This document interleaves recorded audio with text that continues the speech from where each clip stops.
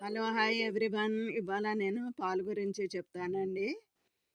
అది ఏంటంటే, మా ఊర్లో ప్రేమ్ బాబురావు గారు ఆళ్ళు ఉంటారండి. ఆళ్ళు పోస్తారు మాకు పాలు. పాలు చూడండి ఎంత బాగున్నాయో. ఇవి పాలనమాట. మీగడ చూడండి సగం మీగడే కట్టేసేసింది.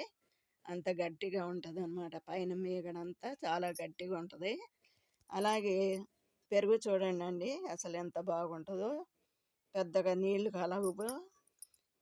ఇది చూడండండి మీగడ ఎంత గట్టిగా ఉంటదో చూడండి. ఇది సగం మీగడేననమాట పాలల్లో. అంత బాగుంటాయండి పాలు.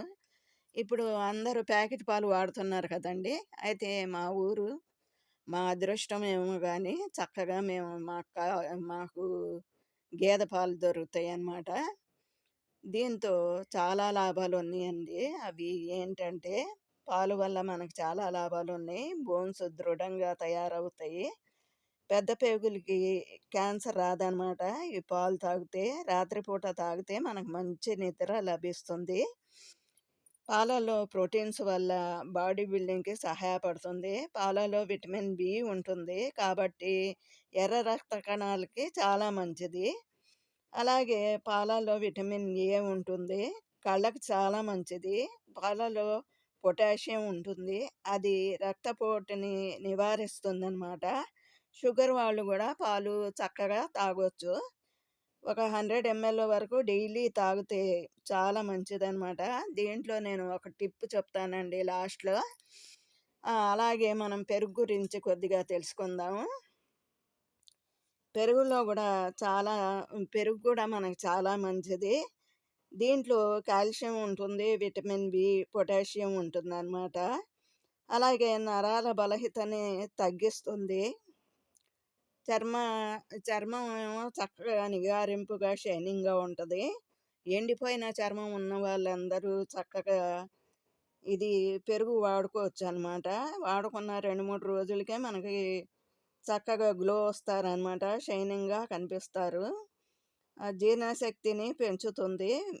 వ్యాధి నిరోధక శక్తిని గూడా పెంచుతుందనమాట. పెరుగులో చాలా ఫాస్ఫరస్, విటమిన్ డి అధికంగా ఉంటుందనమాట.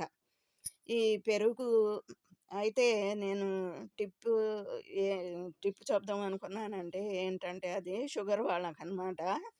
అది ఏంటంటే, ఒక ఒక కప్పు ఆవు పాలు, అలాగే ఒక కప్పు నీళ్ళు, హాఫ్ స్పూన్ మిరియాలు.